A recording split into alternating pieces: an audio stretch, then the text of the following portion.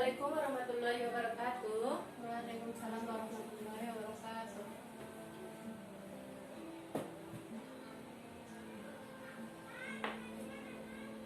Oke, selamat siang anak. Bagaimana kabarnya hari ini? Siang Bu, alhamdulillah baik Bu. Alhamdulillah bagus. Oke.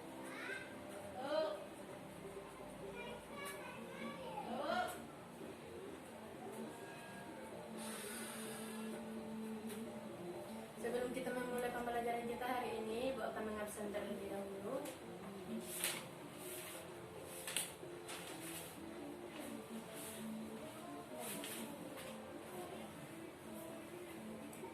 Jadi Ramayanti Hadir Bu, hadir.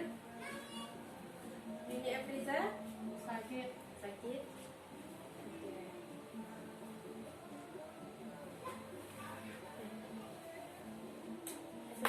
Sebelum kita memulai pembelajaran, alangkah baiknya kita melakukan sesi doa terlebih dahulu. Doa kita lakukan di dalam hati masing-masing ya. Berdoa di dalam hati.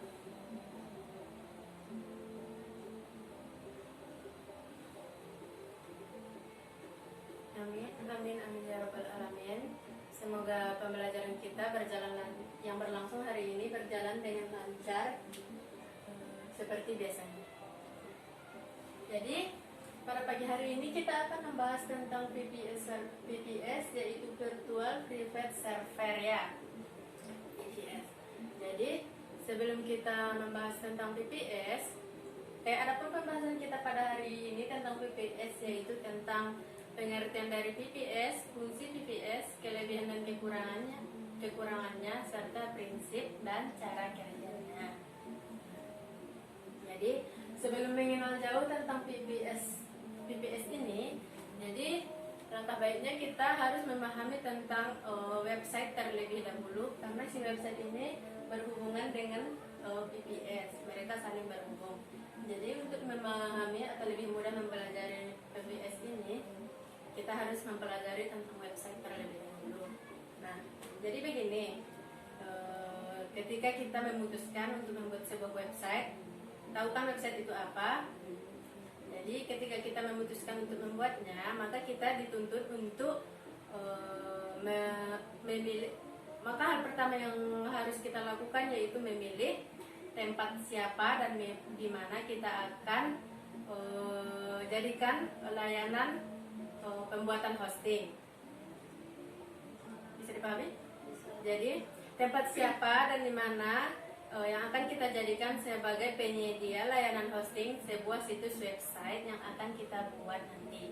Jadi kita terlebih dahulu sebelum kita membuat website, kita harus mencari tempat kita menyediakan layanan web hosting. Nah, hosting ini adalah tempat kita akan menyimpan file kita nantinya di website. Jadi misalnya seperti ini, sebelum kita membuat website ini sama seperti membuat rumah. Nah, nanti kalau sebelum kita membuat rumah, kita harus mencari lahannya terlebih dahulu. Lahannya akan kita jadikan sebagai tempat rumah dan juga lokasinya di mana, seperti itu kan. Nah, setelah kita menemukan lahan dan lokasi ini yang kita anggap sebagai tempat layanan pembuatan website atau hosting. Jadi si lahan ini yang akan kita jadikan tempat layanan hosting. Bisa dipahami? Bisa Bu. Bisa. Langkah selanjutnya, setelah kita memutuskan tempat di mana kita akan membuat website tersebut, maka kita dituntut untuk memilih paketnya. Paketnya seperti apa? Ada beberapa paket hosting, yaitu seperti dedicated server hosting, share hosting, PPS, dan cloud hosting. Ada 4 ya. Jadi ada 4. Yang pertama share hosting. Yang kedua dedicated server hosting. Yang ketiga VPS, dan yang keempat cloud hosting. Nah, yang keempat ini merupakan tempat menyediakan layanan hosting. Tempat menyediakan layanan hosting. Jadi hosting itu tempat kita menyimpan file-file kita dalam sebuah website. Bisa dipahami? Bisa. Ya. Yang pertama yaitu kita bahas dahulu tentang share hosting. Nah, share hosting ini pengertiannya yaitu satu hosting dibagi menjadi beberapa website klien. Jadi si share hosting ini dibagi menjadi beberapa server website klien. Jadi prinsipnya begini, satu hosting nanti kan, satu hosting dibagi menjadi beberapa bagian. Nah, dan jadi dibagi menjadi beberapa bagian. Nah, yang akan digunakan secara bersama-sama. Nah, satu dibagi menjadi beberapa bagian dan digunakan nanti secara bersama-sama. Nah, itu sebabnya dengan menggunakan share hosting ini harganya atau biaya penyewaan hostingnya menjadi lebih murah. Bisa dipahami? Bisa. Jadi begitu dia menjadi lebih murah karena satu hosting dibagi menjadi beberapa server yang akan digunakan secara bersama-sama. Dan harganya menjadi relatif murah karena kita membayarnya bersama-sama. Nah, yang kedua yaitu dedicated hosting, dedicated server hosting. Nah, si dedicated server hosting ini yaitu satu hosting dipakai untuk satu klien. Nah, kalau si share hosting tadi mereka satu hosting nanti kan dibagi menjadi beberapa sehingga bisa digunakan oleh orang secara bersama-sama. Dia satu dibagi menjadi beberapa. Kalau si dedicated server hosting ini dia satu klien, satu hosting hanya untuk satu orang saja. Bisa dipahami? Bisa. Jadi dia hanya untuk satu orang saja. Jadi intinya si dedicated server hosting ini adalah hosting yang dibuat khusus untuk satu orang saja, yang ingin membuat website dalam jumlah traffic yang cukup besar. Biasanya si dedicated hosting ini digunakan seperti orang yang sudah membuat website seperti marketplace. Jadi si dedicated hosting ini banyak digunakan oleh perusahaan-perusahaan seperti Lazada, JDID, Bukalapak. Bisa dipahami? Bisa. Jadi dia satu server untuk satu hosting. Nah, selanjutnya si PPS lagi. PPS hosting. Jadi si PPS ini gabungan dari share hosting dan dedicated server hosting. Dia gabungan dari keduanya. Jadi seperti ini ya. Kalau si PPS ini nanti dia memiliki satu server hosting dibagi menjadi beberapa server, tapi yang satu server, satu bagian yang untuk kita itu saya rasa punya milik kita sendiri. Bisa dipahami? Bisa, Bu.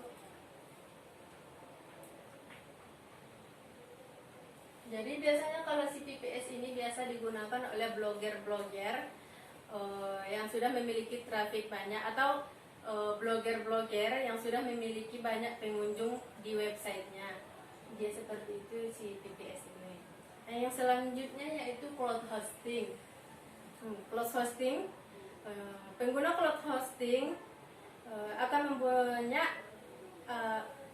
membuat website yang kita buat menjadi lebih jarang untuk down, karena prinsip dari cloud hosting adalah website kita tersimpan di beberapa server virtual.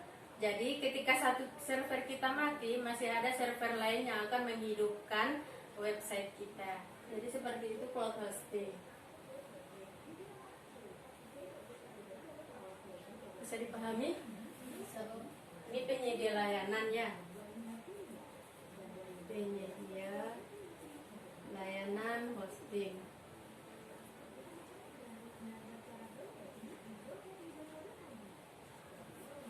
Jadi si share hosting ini, jadi yang si pertama ini user hosting.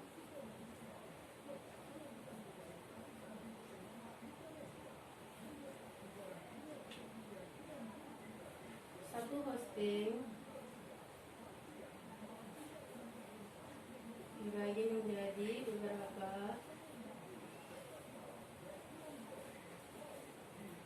beberapa bagian.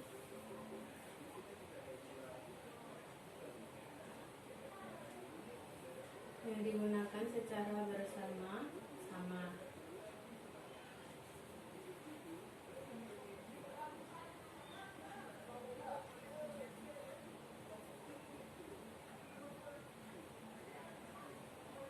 Digunakan secara bersama-sama. Tapi kekurangan si share hosting ini, kita tidak bisa mengkonfigurasinya sendiri. Jadi dia sudah langsung terkonfigurasi. Yang kedua yaitu dedicated server, dedicated hosting.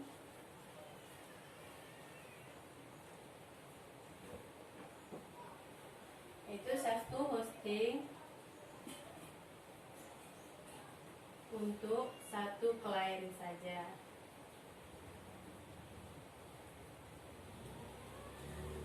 Jadi nanti satu hosting untuk satu klien saja. Jadi setelah dikasih hosting ini, kita bisa mengotak-atik hosting yang diberikan kepada kita semau kita, seperti itu ya.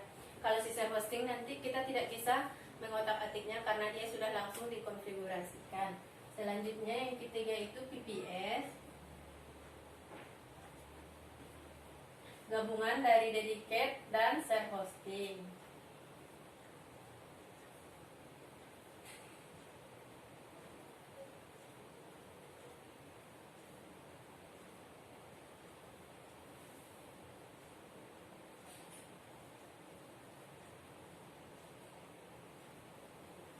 Jadi si PPS ini gabungan dari share hosting dan dedicated hosting.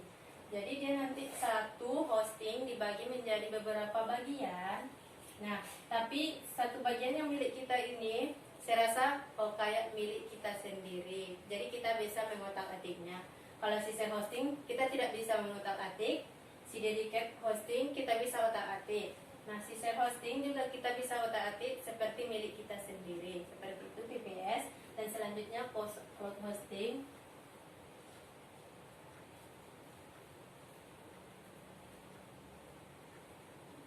Nah, selanjutnya cloud hosting.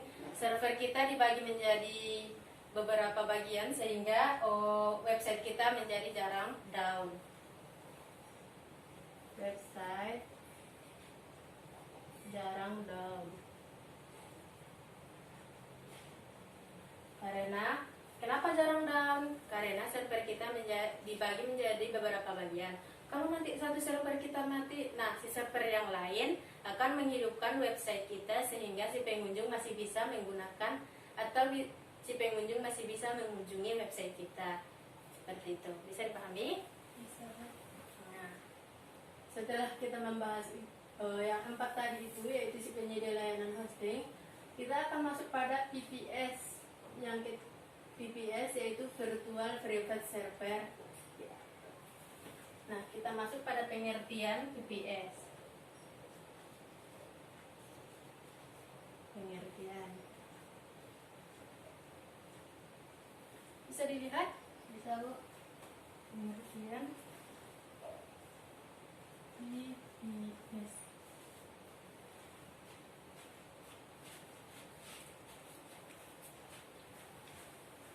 Nah, pengertian dari PPS itu sendiri yaitu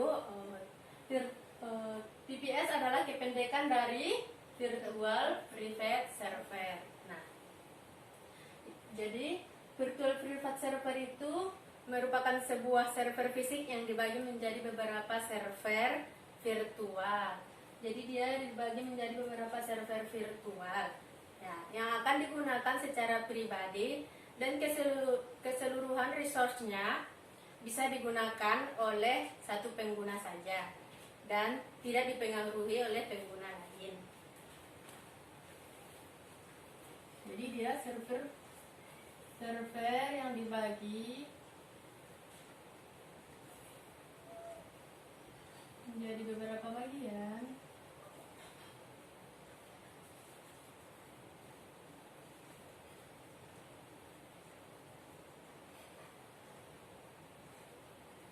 Yang keseluruhan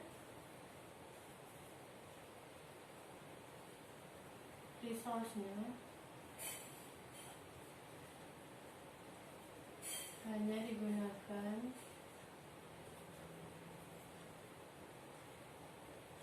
oleh satu orang saja.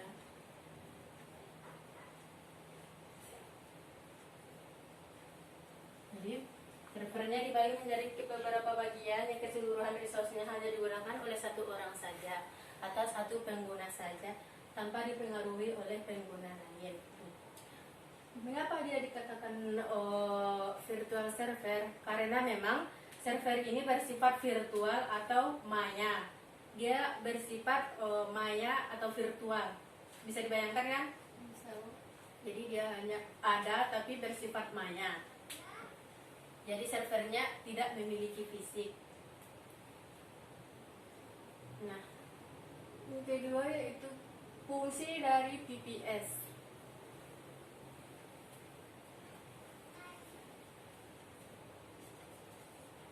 Fungsi VPS atau Virtual Private Server. Ada beberapa fungsi dari VPS, seperti sebagai server website atau web hosting, sebagai file hosting, selanjutnya sebagai server remote desktop dan backup server utama. Yang pertama yaitu server website. Server website. Yang kedua server file. Yang ketiga server remote desktop.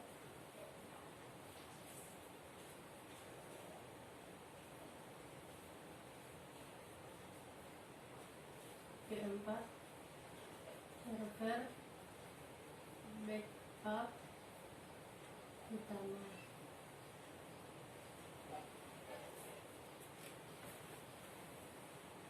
Jadi yang pertama yaitu server website. Jadi fungsi VPS sebagai server website itu yaitu sebagai penyedia layanan web hosting dengan resource atau sumber daya yang cukup tinggi atau pengunjung sebuah situs website yang sudah banyak. Jadi yang pertama yaitu penyedia layanan hosting dengan pengunjung yang sudah cukup banyak. Jadi dengan pengunjung dari website itu yang sudah cukup banyak. Bisa dipahami? Bisa, Bu. Jadi sebagai server website maksudnya yaitu digunakan sebagai server hosting pada sebuah website yang mana website yang sudah dibuat itu sudah memiliki pengunjung yang relatif banyak ya. Yang kedua itu sebagai server file hosting.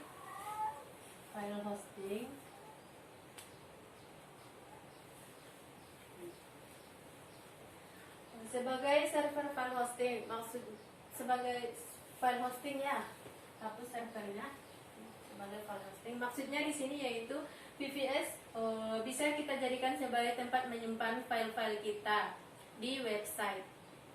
Jadi file hosting maksudnya itu yaitu sebagai menyimpan data kita pada hosting. Nah selanjutnya yaitu server remote desktop, yaitu kita bisa mendownload dan mengupload sebuah file secara remote saja ya.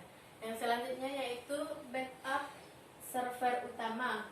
Jadi maksudnya di sini yaitu untuk menyimpan data terakhir server secara up to date. Jadi dia sebagai penyimpan data kita secara update ya, data terakhir kita secara update.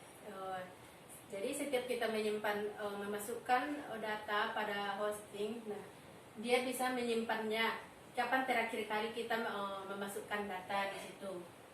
Nah, dia akan menyimpan data kita secara update sehingga nanti ketika terjadi masalah pada masalah yang tidak kita inginkan, Jadi si server utama ini bisa kita jadikan atau bisa kan dia sudah menyimpan data-data kita tadi kan. Nah, bisa kita restore kembali dengan menggunakan backup utama itu. Jadi data-data kita yang sudah hilang bisa direstore kembali dengan adanya server backup utama dari VPS. Bisa dipahami? Bisa Bu. Selanjutnya kita masuk pada kelebihan dan juga kekurangan dari VPS.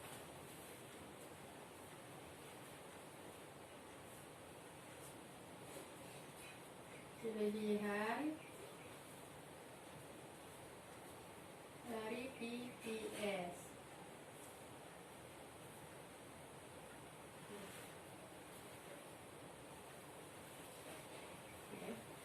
Kelebihannya yaitu yang pertama itu memiliki performa yang cukup baik. Jadi dia memiliki performa yang lebih baik dari si share hosting ini. Si share hosting. Karena VPS bisa diatur atau dikonfigurasi, sedangkan si share hosting tidak bisa kita atur atau kita konfigurasikan. Jadi yang kedua, dapat kendali penuh dan akses super user ke server. Jadi maksudnya di sini kita bisa mengendalikan secara penuh VPS tanpa harus terganggu oleh pengguna yang lain. Pertama, memiliki performa yang cukup bagus.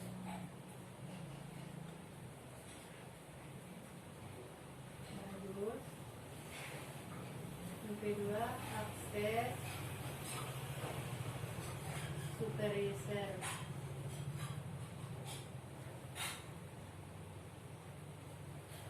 Atau root server. Nah, yang ketiga itu privasi kita lebih terjamin. Dengan menggunakan VPS itu privasi kita lebih terjamin karena kita mengelolanya secara sendiri-sendiri. Selanjutnya, server kita stabil dan jaminan resource, artinya tidak memaksa kita berbagi server ke orang lain yang menggunakan satu server yang sama dengan kita. Selanjutnya, memiliki IP publik khusus, dan terakhir kita bebas menginstal atau uninstall perangkat lunak. Yang ketiga yaitu privasi yang terjamin.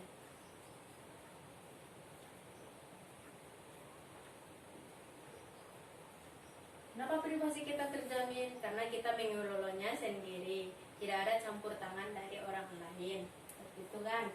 Dan yang keempat yaitu server yang stabil. Server yang stabil. Stabil dan jaminan resource. Jaminan resource artinya kita tidak harus berbagi server yang sama dengan orang lain. Selanjutnya, yang kelima yaitu memiliki IP publik khusus.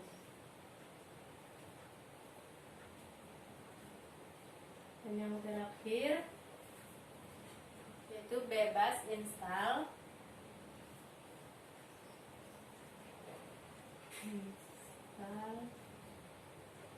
dan uninstall perangkat lunak.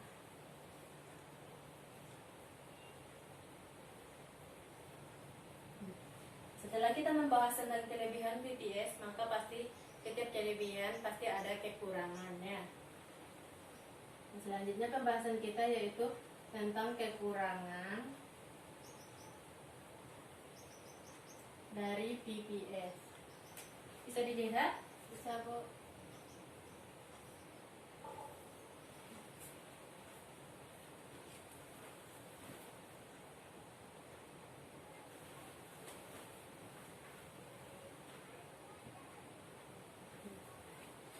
Kekurangan VPS. Ada beberapa kekurangan dari VPS. Yang pertama yaitu harganya lebih mahal dari share hosting karena si VPS berbagi, kayak kalau kita menyewanya satu server itu berbagi atau patungan membayarnya. Nah, kalau si PPS ini kita membayar sendiri-sendiri. Bisa dipahami? Bisa, Bu. Jadi harganya lebih mahal dari si share hosting karena kita membayarnya secara sendiri ya. Yaitu yang kedua yaitu harus paham tentang sysadmin atau karena kita yang akan mengkonfigurasinya atau mengotak-atik sendiri. Nah, kita harus memahami bagaimana cara-cara mengkonfigurasinya. Jadi kita harus paham tentang sistem adminnya.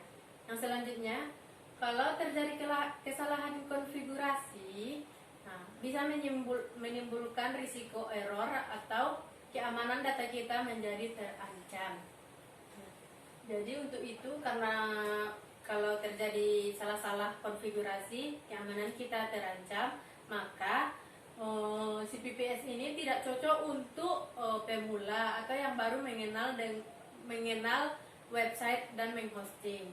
Jadi dia tidak cocok untuk si pemula ya. Yang selanjutnya yaitu kita harus sering memonitoring servernya untuk mencegah kalau terjadi satu hal yang tidak kita inginkan.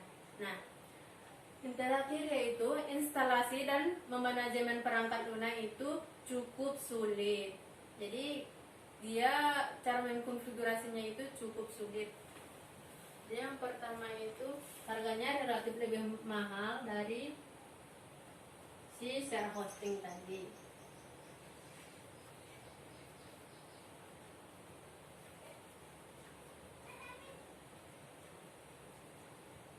Dari share hosting.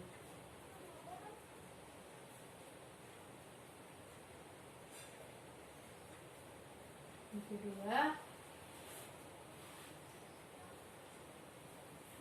harus paham tentang sysadmin. Yang ketiga yaitu kesalahan konfigurasi.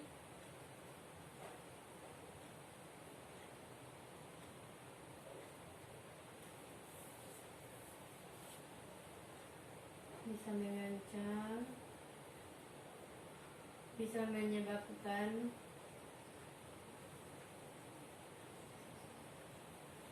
error atau keamanan kita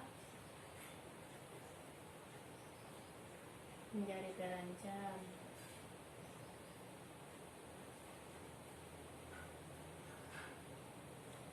Selanjutnya, tidak bagus untuk pemula. Tidak bagus untuk pemula yang baru memahami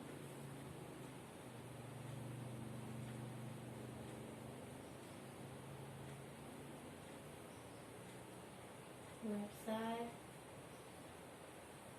dan menghosting.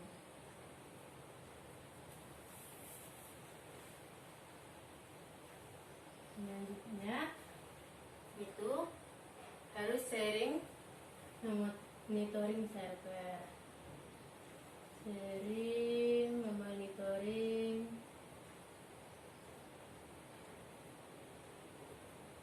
server. Yang terakhir, instalasi perangkat lunak dan manajemen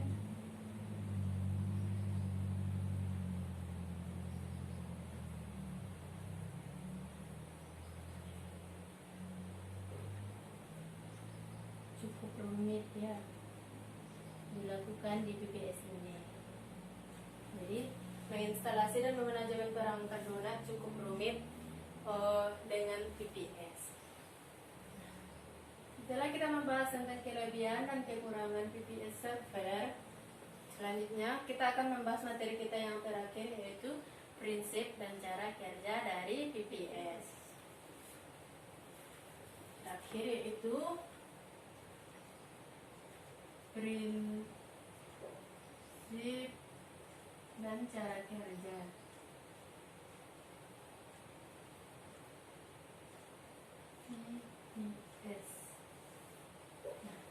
materi kita yang terakhir. Nah, sebelum membahas materi yang terakhir, sudah paham tadi kan sampai tentang kelebihan dan kekurangan dari PPS? Sudah Bu. Sudah paham? Nah, selanjutnya yaitu prinsip dan cara kerja PPS. Jadi prinsip PPS yaitu sebuah perangkat server virtual yang digunakan untuk melayani user sesuai dengan permintaan. Jadi prinsipnya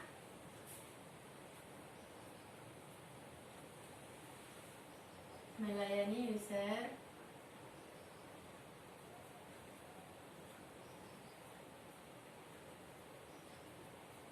sesuai dengan permintaan user.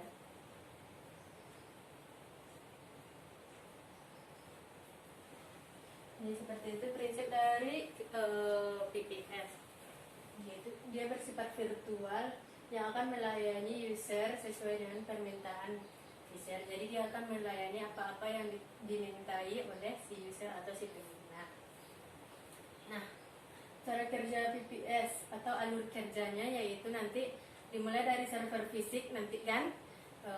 Server fisik berupa komputer yang divirtualisasi. Jadi di server komputer yang divirtualkan atau dimayakan. Server inilah nanti kita dan seluruh user lain menyimpan file dan database yang digunakan untuk website. Nantinya browser yang digunakan oleh user akan mengirimkan permintaan kepada server. Nah, si server akan melayani user sesuai permintaan untuk kemudian mentransfer file yang diinginkan ke pengunjung melalui jaringan komputer.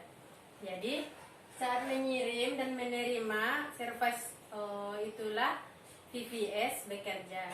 Jadi tugas VPS yaitu menerima dan mengirim service kepada user.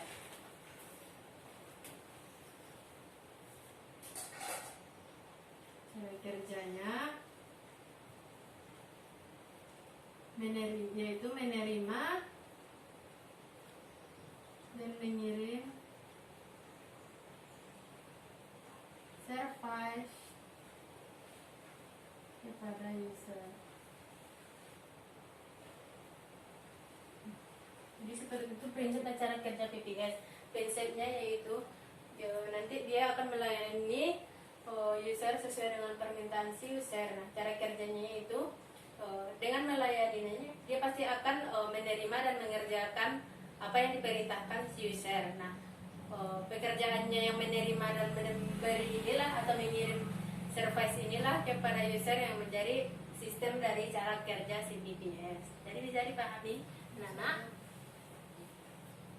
Kalau sudah bisa dipahami, maka kita simpulkan pembelajaran kita tentang pagi hari ini terlebih dahulu, siang hari ini terlebih dahulu. Di mana pengertian dari PPS yaitu kependekan dari virtual private server, yaitu server fisik yang dibagi menjadi beberapa bagian yang keseluruhan resource-nya hanya digunakan oleh satu orang saja. Dan fungsi PPS ada seperti sebagai server website, file hosting, server remote desktop, dan server backup utama. Backup utama yaitu untuk menyimpan data file kita, untuk membackup data kita ya. Jika terjadi kesalahan kita bisa merestornya kembali. Nah, kelebihan PPS-nya itu performanya bagus, akses super user root server,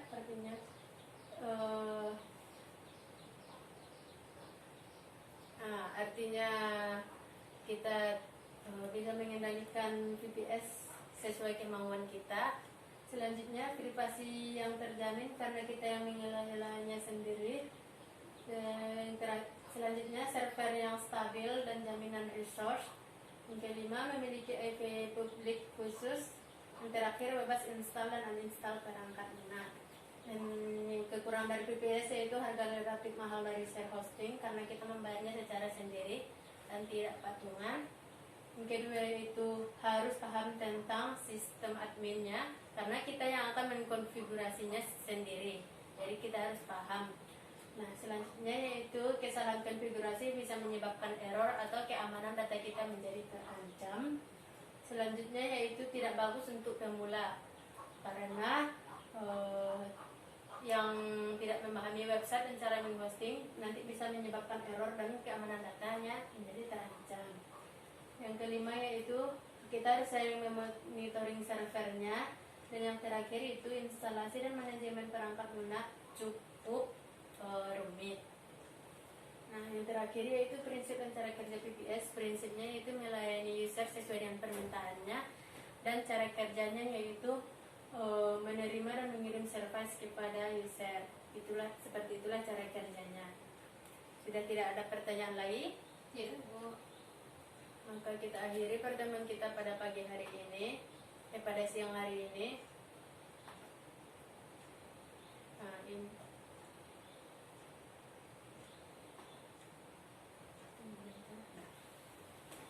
Kita akhiri pembelajaran kita pada siang hari ini dengan mengucapkan Alhamdulillah.